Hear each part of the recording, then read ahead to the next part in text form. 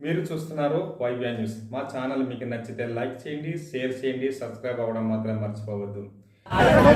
ముఖ్యంగా మీ అందరికీ చెప్తున్నా, ఈరోజు ఈ కార్యక్రమానికి ఎందుకు వచ్చారో మీ అందరికీ తెలుసు.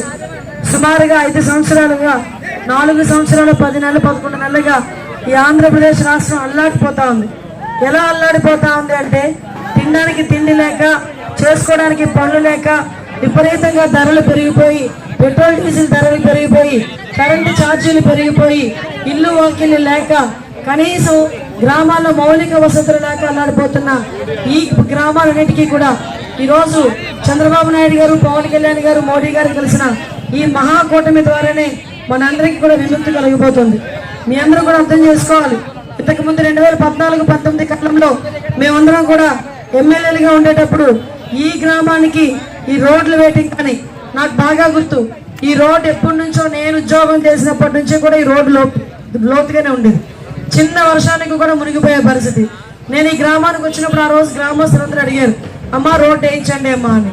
ఆ రోడ్డు వేయించిన ఘనత కూడా తెలుగుదేశం పార్టీది. ఆ రోడ్డే కాదండి, మేము చాలా డ్రైన్లు వేయించుకున్నాం. చాలా చోట్ల నీరు చెట్టు పథకం కింద చెరువులు తవ్వించుకున్నాం. ఎక్కువ మంది వ్యవసాయదారులకు ఇబ్బంది లేకుండా చేసుకునే పరిస్థితి కూడా మేము కూడా చేసుకున్నాం. మీ అందరికీ కూడా తెలుసు ఆ విషయం. అమ్మ, మీకు ఒక విషయం చెప్పాలి. ఈరోజు శ్రీరాంపురం గ్రామంలో ఏ ఒక్క అభివృద్ధి కార్యక్రమం అయినా జరిగిందా? నేను శ్రీరాంపురం నడిపొడ్డులో నుంచొని మాట్లాడుతున్నా, అది మైక్లో మాట్లాడుతున్నా. ఇంత చాలా మంది ప్రజలు, ఎదురుగా ఉన్న ప్రజలే కాకుండా షాపుల్లో ఉన్న వాళ్ళు, ఇళ్లలో ఉన్న వాళ్ళు అందరూ వింటున్నారు. ఈ రోజుకి శ్రీరాంపురంలో ఒక తట్ట మట్టి తీసుకొచ్చి అక్కడ వేసిన పాపన పోల. పైగా వాళ్ళు మేము వేసిన వాటికి రంగులు వేసుకుంటున్నారు తప్పించి ఈ రోజు వరకు కూడా ఎక్కడ అభివృద్ధి కార్యక్రమాలు చేయలేదు. సంక్షేమ కార్యక్రమం చేస్తున్నామని చెప్పి 10 రూపాయలు చేతిలో పెట్టి 100 రూపాయల కింద నుంచి లాగేసే పరిస్థితి. ఈ రోజు అమ్మఒడి ఎప్పుడైనా డబ్బులు వేసాడంటే వెంటనే మద్యం ధరలు పెంచేస్తాడు, వెంటనే గ్యాస్ ధరలు పెంచేస్తాడు, వెంటనే పెట్రోల్ డీజిల్ ధరలు పెంచేస్తాడు. ఇలాంటి కార్యక్రమాలు ఎన్నో చేసి ఈరోజు పేదవాడి కడుపు కొట్టే పరిస్థితి. ఇవన్నీ చూసిన సందర్భంలోనే చంద్రబాబు నాయుడు గారు ఒక నిర్ణయం తీసుకున్నారు. సూపర్ 6 పథకాలు ప్రవేశపెట్టారు. ఇంతకు ముందు జగన్మోహన్ రెడ్డి మాట తప్పి అమ్మఒడి అందరికీ ఇస్తానని చెప్పి ఒక్కరికే ఇచ్చిన పరిస్థితి. ఈ రోజు ఎంతమంది పిల్లలు చదువుకుంటే అంతమందికి కూడా ఈరోజు అమ్మకి వందనం కింద 15,000 రూపాయలు. ఒక పిల్లోడు చదువుకుంటే ఆ ఒక పిల్లోడికి 15,000, 2 పిల్లలు చదువుకుంటే 30,000, 3 పిల్లలు చదువుకుంటే 45,000. అంతేకాకుండా ప్రతి ఆడబిడ్డకి నెలకి 1,500 రూపాయలు డైరెక్ట్ గా అమ్మాయి అకౌంట్ లో పడతాయి. 18 సంవత్సరాలు దాటి 60 సంవత్సరాలు వచ్చినంత వరకు కూడా. అదేవిధంగా బీసీ సోదరులందరికీ కూడా 50 సంవత్సరాలకే 4,000 రూపాయలు పెన్షన్. బీసీ సోదరులు ఎవరైనా, ఎస్సీ సోదరులు ఎవరైనా పెళ్లి చేసుకుంటే ఆ పెళ్లి కానుక కింద 1,00,000 రూపాయలు పెళ్లి కానుక కింద కూడా ఇచ్చే పరిస్థితి కనిపిస్తా ఉంది. అదేవిధంగా ఎవరైనా అకస్మాత్తుగా చనిపోతే చంద్రన్న బీమా కింద 10 లక్షల రూపాయల కుటుంబానికి ఆసరాగా నిలబడడానికి ఈరోజు చంద్రబాబు నాయుడు గారు, పవన్ కళ్యాణ్ గారు ముందుకు వచ్చారు. మీ అందరికీ తెలుసు, ఇంతకుముందు కాపు కార్పొరేషన్ ఏర్పాటు చేసి కాపు కార్పొరేషన్ ద్వారా ఎంతో మంది కాపు సోదరులకి రుణాలు ఇచ్చిన ఘనత కూడా తెలుగుదేశం పార్టీకి ఉంటే, ఈరోజు కాపు కార్పొరేషన్ బోర్డుకి ఒక కుర్చీకి పరిమితమైపోయి రూపాయి కూడా డబ్బులు లేకుండా కాపులు అన్న వాళ్ళని తొక్కేసే పరిస్థితే జగన్మోహన్ రెడ్డి చేసేదే తప్పించి ఎక్కడా కూడా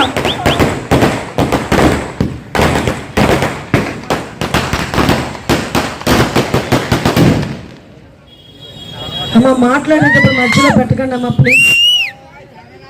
దయచేసి మీరు అందరూ కూడా అర్థం చేసుకోవాలి. అదేవిధంగా ఈరోజు ఇటువైపు మన గ్రామాలన్నిటికీ కూడా నీటి ఎద్దడి విపరీతంగా ఉంది. ఇంతకు ముందు కనీసం గ్రామాలను వ్యవసాయం చేసుకుంటే గిట్టుబాటు ధర అయినా వచ్చేది. ఈరోజు వ్యవసాయం చేసుకుంటే ఆ విత్తనాలు ఎవరికి అమ్ముకోవాలో కూడా తెలియని పరిస్థితి ఈరోజు కనిపిస్తుంది. అతి ముఖ్యంగా చాలా మంది పిల్లలు, ముఖ్యంగా తల్లిదండ్రులు వాళ్ళ పిల్లల్ని ఒక పూట తిని ఒక పూట తినక కంపల్సరీగా చదివించుకొని వాళ్ళు మంచి ఉద్యోగాలు చేసుకుంటే చూడాలి అని ఆశతో ఉంటారు. అటువంటి వాళ్ళు ఈ 5 సంవత్సరాల్లో ఆ దిక్కుమాలిన వాలంటీర్ ఉద్యోగాలు తప్పించి ఎవరికైనా ఒక టీచర్ ఉద్యోగం వచ్చిందా, ఒక కానిస్టేబుల్ ఉద్యోగం వచ్చిందా? ఆ వాలంటీర్ ఉద్యోగాల గురించి కూడా చెప్పాలి. పాపం ఆ వాలంటీర్లు చూస్తే జాలనిపిస్తుంది.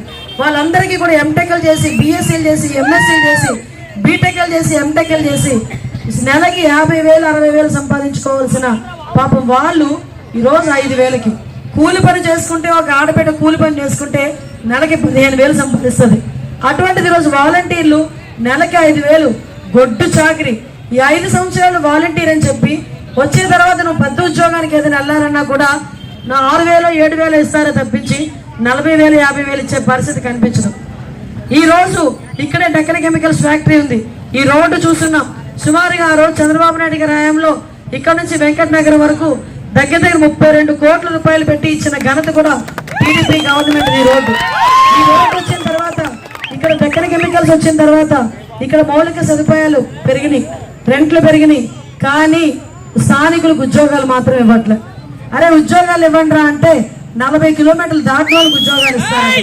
నేను ఈరోజు పోరాటం చేసైనా స్థానికులకు ఉద్యోగాలు ఇచ్చే పరిస్థితి నేను తీసుకుంటా.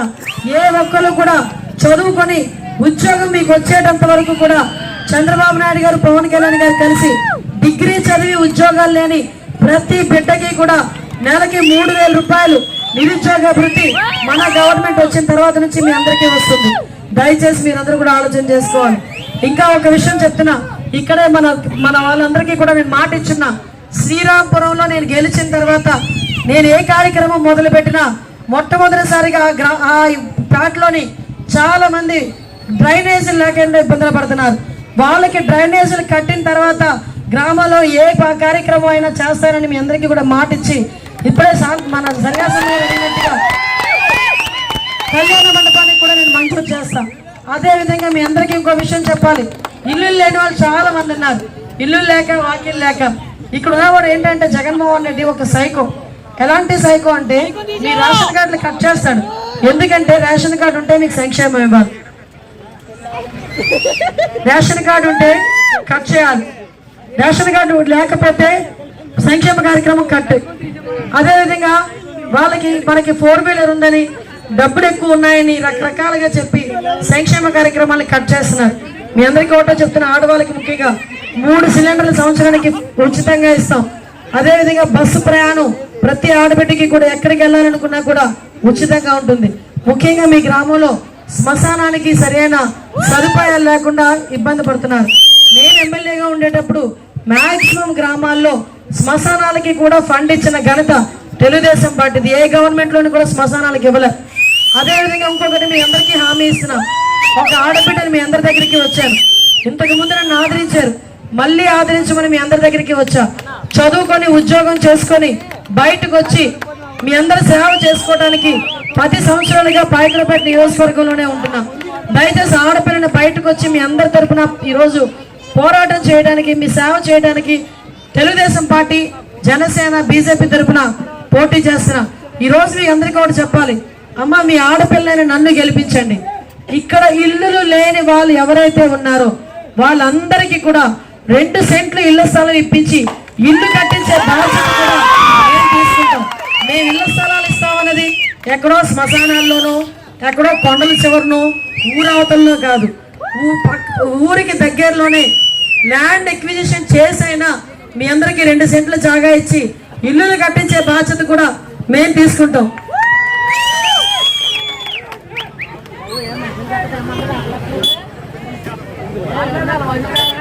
ఇక్కడ శ్రీరాంపురంలో కూడా గ్రామకంఠం ల్యాండ్ కూడా ఉంది. దాన్ని కూడా మీ అందరికీ కూడా ఇల్లులు కట్టించుకునే కార్యక్రమానికి మేము శ్రీకారం చుట్టి మీ అందరికీ కూడా చేయిస్తామని మీ అందరికీ సెలవు తీసుకుంటూ, ఒక ఆడబిడ్డని మీ అందరి దగ్గరికి వచ్చి అడుగుతున్నా, ఒక్కసారి నాకు అవకాశం ఇవ్వండి, సైకిల్ గుర్తు మీద ఓటేసి గెలిపించండి. సీఎం రమేష్ గారు మనకి ఎంపీ క్యాండిడేట్ కింద కూడా వచ్చారు. ఆయన రావడం కూడా నిజంగా మన అదృష్టం కింద భావించాలి. మన నియోజకవర్గం ఇంకా అభివృద్ధి చెందుతుంది. ఈరోజు ఈ కార్యక్రమంలో మన జనసేన అధ్యక్షులు నానాజీ గారు కానీ, బీజేపీ అధ్యక్షులు రమణ గారు కానీ వీళ్ళందరూ కూడా నాతో కూడా వచ్చి ఇక్కడ తెలుగుదేశం అభ్యర్థిగా ఉన్న నన్ను, బీజేపీ అభ్యర్థిగా ఉన్న సీఎం రమేష్ గారిని కూడా నాకు సైకిల్ గుర్తు మీద, సీఎం రమేష్ గారికి కమలం గుర్తు మీద ఓటేసి మంచి మెజార్టీతో గెలిపిస్తారని మీ అందరినీ కూడా కోరుకుంటూ, ఈ అవకాశం ఇచ్చిన మీ అందరికీ కూడా ప్రత్యేకంగా ధన్యవాదాలు తెలియజేసుకుని సెలవు తీసుకుంటున్నా. జై హింద్, జై తెలుగుదేశం.